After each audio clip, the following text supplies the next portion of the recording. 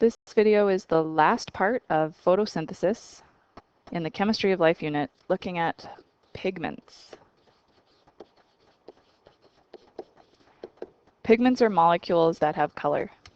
Molecules that have color that we discussed in our course found in leaves include different kinds of chlorophyll,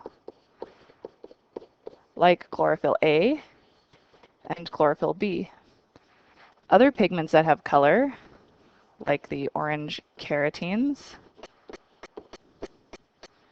and we saw xanthophylls,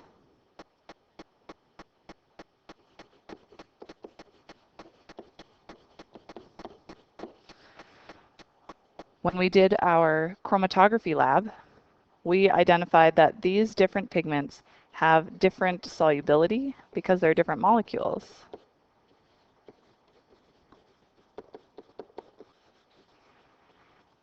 We dissolved them in a specific kind of solution and performed a technique called paper chromatography.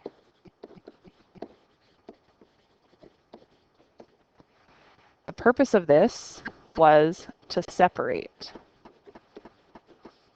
We used a leaf that appeared green, but upon separating out the pigments, we saw that there was actually different pigments in there, just of different kinds of solubility and different number of molecules present.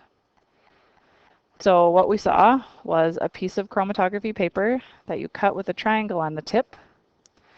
What you did was you loaded up a line called the load line of pigment, and you placed it in solution.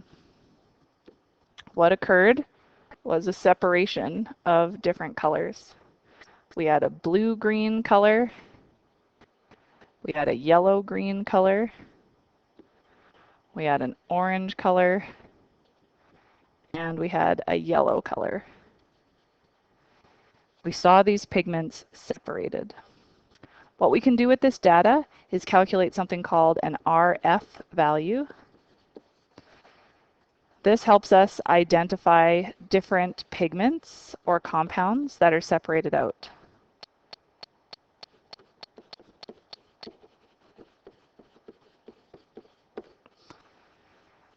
In order to calculate an RF value, what we have to do is identify the distance traveled by the compound divided by the distance traveled by the solvent.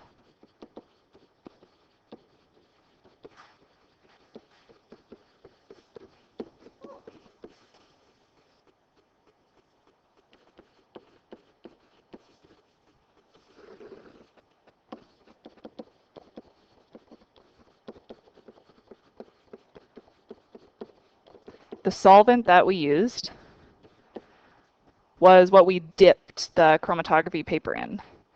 So the solvent had to travel up through the entire chromatography paper until it reached the top, or 2 centimeters from the top, or whatever you did in your lab. So if we measure that distance, it'll be communicated to us if we were to read it in a numerical response or multiple choice question. Let's, for example, say the solvent traveled 6 centimeters, and we want to compare an RF value for each different pigment. So let's say that this pigment right here, it only traveled 3 centimeters from the start. So we're looking at the start line where the load line is. So then our RF value would be the distance traveled by the compound was 3 centimeters, and the distance traveled by the solvent was 6 centimeters, and the big number will always be on the bottom in this case. That means that our RF value, because these centimeters cancel, will be 0.5. If we have an RF value of 0.5 when looking at a different species of plant, that means that this compound is the same between species.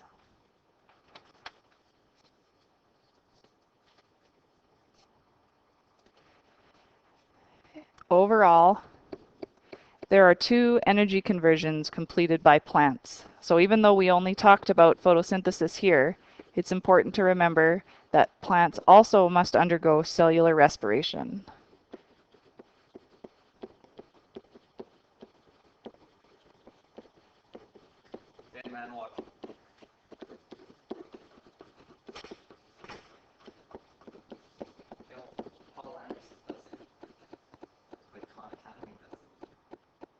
The reactions in photosynthesis was a change from solar energy or radiant energy to chemical energy found in the bonds of glucose.